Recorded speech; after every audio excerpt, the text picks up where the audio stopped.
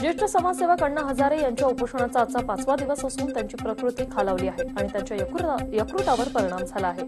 तसंच रक्तदाबाचा त्रासही होऊ लागला आहे आणि यामुळे त्यांच्या जीवाला धोका असल्याचं डॉक्टर म्हणतात. अण्णा हजारेंच्या जीवाशी खेळू नका असा इशारा उद्धव ठाकरेंनी दिला. अण्णांच्या आंदोलनाकडे सत्ताधारी आणि विरोधकांनी दुर्लक्ष केले आणि त्यातच डॉक्टरांनी अण्णांच्या जीवाला धोका असल्याचं सांगितल्यावर उद्धव ठाकरेंनी अण्णांना समर्थन दिलंय. अण्णांच्या समर्थनार्थ राळेगण सिद्धीच्या ग्रामस्थांनी नगर पुणे मार्गावर रस्ता रोको केलेला आहे आणि यावेळी ग्रामस्थांकडून सरकारचा निषेध देखील करण्यात आलाय. दरम्यान ग्रामस्थांनी केलेल्या आंदोलनामुळे या मार्गावर मोठ्या प्रमाणात वाहतूक कोंडी झाली. नगर पुणे मार्गावर अनेक गाड्या खोळंबल्याने प्रवाशांची गैरसोय देखील झाली. अण्णा हजारे संघाकडून पैसे घेऊन उपोषण करतात असा आरोप राष्ट्रवादीचे नेते नवाब मलिक यांनी केल्यानंतर अण्णांनी मलिकांना कायदेशीर नोटीस पाठवली आहे. तर अजित पवारांनाही रजिस्टर पोस्टानं नोटीस पाठवण्यात आली. नोटीसचा खर्च 50,000 रुपये देण्याची मागणीही करण्यात आली. नवाब मलिकांनी जाहीर लेखी माफी मागावी आणि तसा खुलासा करावा, अन्यथा नवाब मलिकांविरोधात फौजदारी आणि दिवाणी खटले दाखल करावे लागतील अशा स्वरूपाची नोटीस नवाब मलिकांना पाठवण्यात आली आहे. अण्णांच्या आंदोलनाचा आजचा 5वा दिवस आहे. TV9 सातत्याने अण्णांच्या उपोषणाबद्दल उत्तम कव्हरेज देत असल्याने अण्णांनी TV9चे आभार मानलेले आहेत. TV9 समाजामध्ये चांगले बदल घडवत असल्याची पोचपावती देखील अण्णांनी दिली आहे. पुण्यात आयटी कंपनीत कामाला असलेल्या अंकित शहा या तरुणाला कचरा गाडीनं धडक दिली आणि या धडकेत त्याचा जागीच मृत्यू झाला. या प्रकरणी सिंहगड पोलीस ठाण्यात गुन्हा दाखल करण्यात आलाय. अर्थमंत्री पियुष गोयल यांनी आपल्या अंतरिम बजेटमध्ये रेल्वेला बंपर रक्कम दिली आहे. पण रेल्वेचं असं म्हणणं आहे की जुलैतील आगामी पूर्ण बजेटमध्ये रेल्वेचे भाडे वाढवण्याची परवानगी दिली जावी. त्यामुळे रेल्वेची भाडेवाढ होण्याची शक्यता आहे. मुख्यमंत्री देवेंद्र फडणवीस यांना जीवे मारण्याची धमकी देण्यात आली आहे. पंकज कुंभार नावाच्या फेसबुक अकाउंटवरून ही धमकी देण्यात आली आणि महत्त्वाचं म्हणजे या फेसबुक पोस्टवर अजित पवार यांनाही धमकी देण्यात आली आहे आणि साताऱ्यामध्ये ही फेसबुक पोस्ट व्हायरल होते. पोलिसांची अटक म्हणजे एक फेक एपिसोड आहे अशी टीका प्रतिक्रिया जी आहे ती सुटका झाल्यानंतर डॉक्टर आनंद तेलतुंबडे यांनी केली. पोलीस फसवणूक करत असल्याचा आरोपही तेलतुंबडेंनी केलाय. मुंबईच्या कुर्ल्यात पबजी खेळण्यास मोबाईल न दिल्याने एका 19 वर्षाच्या तरुणानं आत्महत्या केली. नदीम शेख असं त्याचं नाव असून सकाळी 4:30च्या सुमारास राहत्या घरात त्याने गळफास घेऊन आत्महत्या केली. नदीम याने भावाकडे 37,000च्या मोबाईलसाठी हट्ट केला होता. मात्र भावाने त्याला 20,000 देण्यास मान्य केलं होतं. मात्र त्यावर नाराज होऊन नदीमने हे टोकाचं पाऊल उचललं. उद्या महापालिकेचा अर्थसंकल्प सादर होणार आहे आणि या अर्थसंकल्पात कोस्टल रोडसाठी भरीव तरतुदीची शक्यता असून त्यामुळे मुंबईकरांवर नव्या कराची टांगती तलवार दिसून येते. साताऱ्याच्या आंबेनळी घाटातील रामवर्धनी मंदिराजवळ एका बसला अपघात होता टळलाय. वळणालाच बसचा तोल जाऊन बस दरीत पडणार इतक्यात एका दगडात बस अडकल्याने चालक आणि कंडक्टर यांचा जीव अगदी थोडक्यात बचावलाय. नागपूर जिल्ह्यातील सावनेरमध्ये कृषी उत्पन्न बाजार समितीच्या आवारात ठेवलेल्या कापसाला आग लागल्याने लाखो रुपयांचं नुकसान झालं. या आगीत कापसाच्या 1015 गाठी जळून खाक झाल्यात. पश्चिम रेल्वेनं लोअर परळच्या पुलाच्या कामासाठी विशेष 11 तासांचा मेगा ब्लॉक घेतला होता आणि यानंतर लोकल 9ला सुरू करण्यात येणार होत्या. मात्र 1 तास आधीच पश्चिम रेल्वेनं काम पूर्ण केल्यानं पहिली लोकल 8:35ला रवाना झाली. पश्चिम रेल्वेच्या लोअर परळ स्थानकावर मध्यरात्रीपासून गर्डर टाकण्याचे काम सुरू होते आणि त्यामुळे एक्सप्रेस गाड्या बोरिवली ते दादर इथे थांबवण्यात आल्या होत्या.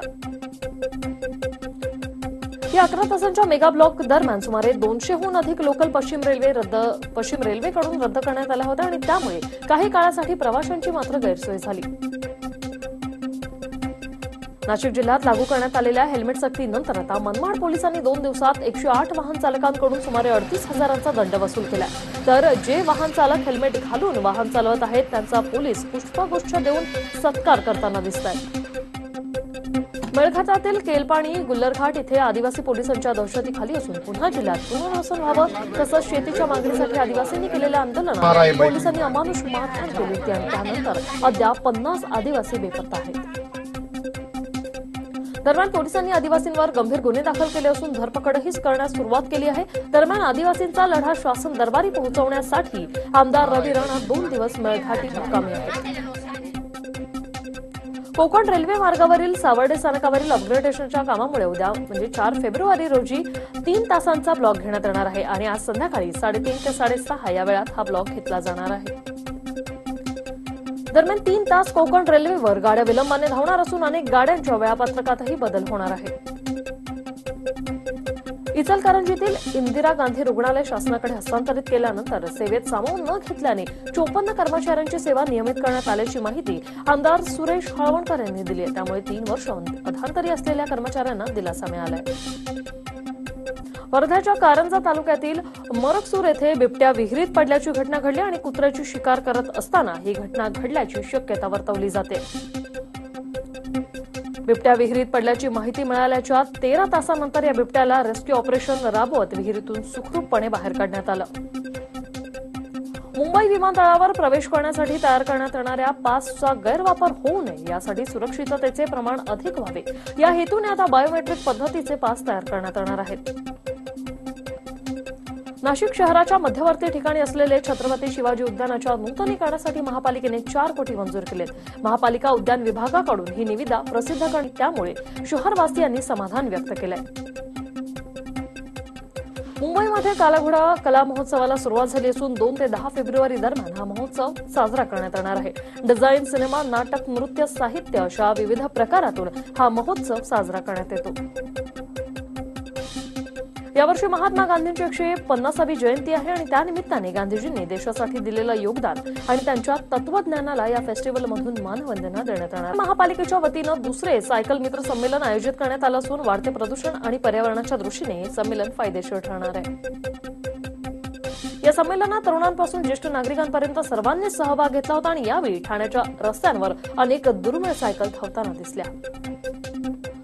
ठाणे वाहतूक शाखेने वाहतूक सुरक्षेविषयी जनजागृतीसाठी अत्याधुनिक तंत्रज्ञानाचा वापर सुरू केला आहे आणि त्यासाठी रस्ते सुरक्षा नियमांची जनजागृती करणाऱ्या रोबोटचे अनावरण वाहतूक शाखेचे पोलीस उपायुक्त अमित काळे यांच्या हस्ते झालेलं आहे. 10 दिवस हा रोबोट ठाणे शहरात जनजागृती करणार आहे. नंदुरबार जिल्हा क्रीडा संकुलात तंबाखूमुक्त अभियानामार्फत विविध स्पर्धा घेण्यात आल्या आणि यावेळी जिल्हाभरातून 4000 विद्यार्थी या उपक्रमात सहभागी झाले. नंदुरबार जिल्ह्यातील सर्व शाळा तंबाखूमुक्त झाल्या असून विद्यार्थ्यांनी जिल्हा तंबाखूमुक्त करण्याचा ध्यास घेतला आहे. यावेळी लोकांमध्ये जनजागृती करण्यासाठी 4000 विद्यार्थ्यांनी एकाच वेळी तंबाखूमुक्तीची शपथ घेतली. या कार्यक्रमात सहभागी झालेल्या विद्यार्थ्यांनी चित्रकलेच्या माध्यमातून तंबाखूमुक्तीचा नारा दिला. पत्रकारांना आर्थिक सहकार्य देण्यासाठी सरकार आता पत्रकारांनाही पेन्शन सुरू करणार आहे. आचार्य बाळशास्त्री जांभेकर ज्येष्ठ पत्रकार सन्मान योजनेला राज्य सरकारची मान्यता मिळाली असून आता पत्रकारांनाही पेन्शन मिळणार आहे. विद्यार्थ्यांच्या पदवी प्रमाणपत्रावर आता विद्यार्थ्यांचा फोटोही झळकणार आहे. त्यामुळे 3 इडियट्स या सिनेमासारखा घोळ होणार नसल्याचं केंद्रीय मनुष्यबळ विकास मंत्री प्रकाश जावडेकर यांनी म्हटलेलं आहे. पुण्यात भारतीय विमा कंपन्या आणि बँका शेतकऱ्यांना कसे लुटतात याचा व्हिडिओ जो आहे तो योगेश शेळके यांनी व्हायरल केला होता आणि यामुळे योगेश शेळके विरोधात बँकेने 1 कोटी रुपयांच्या मानहानीचा दावा करून नोटीस पाठवली आहे. दापोली तालुक्यातील हरणे वाघवे परिसरात लागलेल्या आगीत लाखोंची वनसंपदा जळून खाक झाली आहे. रत्नागिरी जिल्ह्यात सध्या आग लागण्याच्या घटना सुरूच असून गुहागर चिपळूण पाठोपाठ दापोलीतही आगीमुळे नागरिक मेटाकुटीला आलेत. मुंबईतील मालाडमधील मालवणी येथे मोबाईल चोरणाऱ्याला रंगेहात पकडल्यानंतर स्थानिक नागरिकांनी त्याला रशीने बांधून त्याची भर रस्त्यातून वरात काढली आणि त्यानंतर त्याला पोलिसांच्या ताब्यात दिलं. परभणी जिल्ह्यातील सेलू तालुक्यातील जिल्हा मध्यवर्ती बँकेत दरोडा पडल्याची घटना घडली. यावेळी चोरट्यांनी बँकेतील तिजोरी तोडून तब्बल 19,80,000 रुपये लंपास केले. बँकेत चोरी झाल्याने शहरात सध्या भीतीचं वातावरण पसरलंय. विनापरवाना चहा विक्री करणाऱ्यांवर अन्न व औषध प्रशासनाने कारवाई केली आहे. बुधवारपेठ येथील येवले अमृततुल्य, नानापेठ येथील साईबाबा अमृततुल्य आणि भारतीय विद्यापीठातील शाखांवर यावेळी कारवाई करण्यात आली. अन्न सुरक्षा व मानदे कायदा 2006 अंतर्गत जनहित व जन आरोग्याच्या दृष्टिकोनातून ही कारवाई करण्यात आली असून गेल्या काही महिन्यात पुण्यात मोठ्या प्रमाणावर प्रसिद्धीस आलेल्या अमृततुल्यावर अन्न व औषध प्रशासन विभागाने ही कारवाई केली आहे. परभणी येथील वांगी रोडवर आता बनावट तंबाखू बनवणाऱ्या कारखान्याच्या स्थानिक गुन्हे शाखेच्या पथकाने पर्दाफाश केला आहे. या कारवाईत मुख्य आरोपीला अटक करून पोलिसांनी सुमारे 2 लाख रुपयांचा मुद्देमाल जप्त केलाय. अहमदनगर जिल्ह्यातील कोपरगाव शहर पोलीस ठाण्यावर आता पोलीस निरीक्षकांनी सहाय्यक फौजदारावरच गुन्हा दाखल केलाय.